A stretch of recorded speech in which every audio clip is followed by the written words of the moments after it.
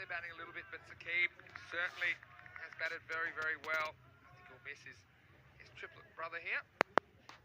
Asking the question again about, well, look, if I'm bowling and the batter moves there, can I bowl it here? Will that be okay? Well, we saw Rishton asking this question before. It's worth asking. He's saying, well, look, this is what he's going to move early. I'm going to bowl it there. Is that okay? Yeah, so the thing is, it's movements before the ball is released, and the line moves as much as the batter's foot moves outside the off stump. Right now, he hasn't moved yet. Because even then, he moves, but he's going to be dropped. Well, Chowan, he comes forward, and he just had that, and he had it in the end of his fingers. When the elbows hit the ground, the ball popped out. So Gawley gets a life on 4. Yeah, Johan, he does everything right, but you think here, when he hits the deck, watch. As soon as he hits the deck, the ball pops out. Unfortunate. Might have even been out early. Certainly didn't go in cleanly. So Gawley, it's a funny one. Even that movement is actually pretty much as the guy bowls the ball. It's not really a pre-movement. It's premeditated for sure. Here's the grunt slower ball. Oldest trick in the book. Saqib will get 1. Takes us to the end of the second over. Game on here on ECN. It's a cricket fight night here, and here we can now reveal the ECL groups, and the ECL is the Champions League of European Cricket, is the champion club, and here's the big news, there are 31 teams involved. So these are the groups. It'll definitely be on our website, europeancricket.com. Go and check it out. Too much for us to talk about right now, but we've got defending champions there, Pakai Badalona. They're straight through to the championship week, which starts on the 20th of March. BOC Rotterdam, they are defending champions. See them in Group B, and we still have a couple of countries that we don't know the club that it will be. They're just not lit up as yet, but ECL is coming your way. So that's the next time you'll see us from the Khartoum Oval here on the European Cricket Network. And if you've enjoyed watching it on all your international TV stations, make sure you let them know, because ECN Cricket will be back at Khartoum starting on the 27th of February 2023. Before that, of course, if you subscribe to our YouTube channel, you can watch us and our European Cricket series. Same exciting format, same commentators, and we would love to have your company and have you as part of the fastest growing cricket community in the world. Here's Mungo, who's back for over number 3. And this is hoiked away, and the fielder does well, Godsall. Well, he picks it up early and he starts running, does very well to save that boundary. Yeah, well done to Arthur Godsall. Really good work from him. It's all about picking it early and then making the save, and he does. Good hands from him. They get the single. Yeah, so like Vinny says, if you're liking what you see, remember, if you're liking Cardomania, let the world know, and make sure those people in your countries that are doing the sports broadcasting, they hear about it. Nervy moment for him. And it's been picked up already in the comment section.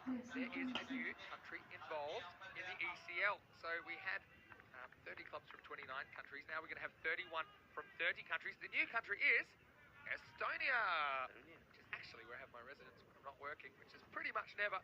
But you can be playing there. Yeah, well, Talon Stallions. I'm more of a Talon Hippos man myself, but I will 100% get behind the Stallions in the ECL Champions League of European Cricket in 2023. It's going down the leg side. Just get one, just dropping off the rate here, and England will feel more and more confident as this goes on. So look, par here, if you're going up to all the matches before today, par is 12 and over in the championship week.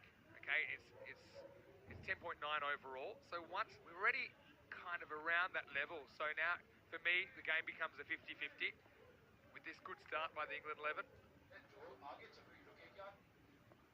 Borley faces up. He tries to go large, and there's no long on, so this is just a long one. Maximo! Well, it means a lot, and there's a few nerves fraying all over the Khartoum Oval, but Boris stays cool and gets 6. That's when he's good. This is when he's at his best. Stand still, look at that, perfectly straight, waits for it, and look at that. That's a delightful shot. It's a proper cricket shot. Or I like to say, it's a pucker shot as that one sails into the indie zone of the ground. Last ball of the power play coming up now from Mungo Russell. It's short and he goes after it, and he's going to get away with it. It's going to be 4 more. And so 1 bounce, 4 runs, and Corley goes 6 and 4. He is hungry for more. And so this will be the end of the over. And, well, a little bit earlier on, I caught up with both captains, and one of them is out there right now, but I was speaking to Sebastian Bratt of the Netherlands 11. That's right, I'm here with Sebastian Bratt, the Dutch 11 skipper. Sebastian, congratulations on making your first ever final here at the ECC.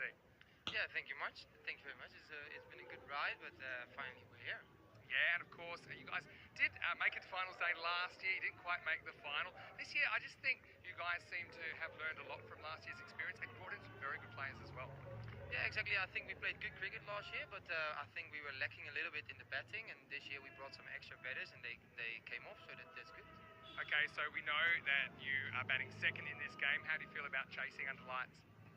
I think chasing in a final is always difficult. To be honest, we wanted to bat first as well, but we're happy to be here, and I think we're going to give it our all and be ready to go. Well, Sebastian, I know that you took one of the catches of the tournament yourself, and I hope you have plenty more highlights here in the final. Best of luck to you. Maybe we'll have a new champion. Let's get back to the action. Well, lovely to hear from Sebastian Bratt there, the captain of the Netherlands, talking to Vinny Sandu there a bit earlier.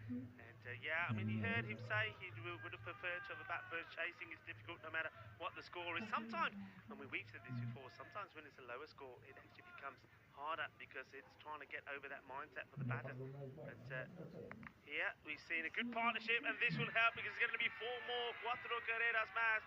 So after a nervy start, I think, look, what I've seen here from Boris Gourlay and Sakib Zulfikar is exactly what I would have been saying to any batters. Look, you've lost some quick wickets. It's about just getting a little partnership together. That doesn't mean to try and play any big shots. Just take the singles, get bat onto ball, start to feel confident, get a few more runs on the board, and then start playing his shots. And both of them look like they're doing that here. But Gourlay, he really is playing some lovely shots here now. He's obviously oozing with some confidence. He looks in control. Godsall likes to bang it. This is a slow ball. It's away with it. Too close to the stumps to try a run. So yeah, it's a simple equation. You don't have to be a mathematician to know get an over is the pace. They want to be 40 off 4. Now, pretty much on target. Thanks to Gourlay mainly. He's 20 off 10. And he wants to get funky, but he finds the fielder. Thinking 2, but it's not on. And so Chowan, he's had his hands full so far. That's the interesting one for me. I was talking about when Gourlay hit those straight hits, how well he hits them. He's playing that shot, but he's playing it when there's a fielder there. So what's he gaining? What's he gaining from that shot as opposed to just standing straight and hitting the ball into the open space on the leg side there and getting the same result, a single? He's just taking an unnecessary risk for me. Godsall, once again. Yeah, digs it in. This has been so effective for him. He digs it in, and because his arm still comes over really fast, but the pitch just tends to take a bit of life out of the ball. We've seen a lot of mistimed horizontal bat strokes off Godsall. I know that Ali Evans, the Scottish skipper, was just talking us through exactly how he was bowling his cutters. So sometimes just changing the amount of overspin or underspin or undercut on the ball. So it's funny, Godsall can bowl fast, but I think he's quite effective when it's not as fast as the batters think it is. Here's the last ball of the over. This is a full toss asking for it, and it's going to get it. That one is going to split the fielder at square leg and the fielder at deep mid wicket. 4 runs, cuatro carreras más. The Dutch on the pace. They're 39 for 2 after 4 overs. Well, the fan zone, of course, already split over there. I know, probably the non-English supporters would like to see a new champion, but there's plenty of English supporters in the house as well as we get to the end of 4th over. Just a reminder that you can follow us on social media at European Cricket, and I would love to hear everyone's feedback about how we could do it better, ideas that you've got. Please send me a message at Mr. Maximo, or you can send it to at European Cricket. Rico's there as well, at Rico Full. It's such a fast-paced final. I know we can't get to many comments in this match, but we've really loved the interactivity, and that's a real feature, something that makes the ECN very...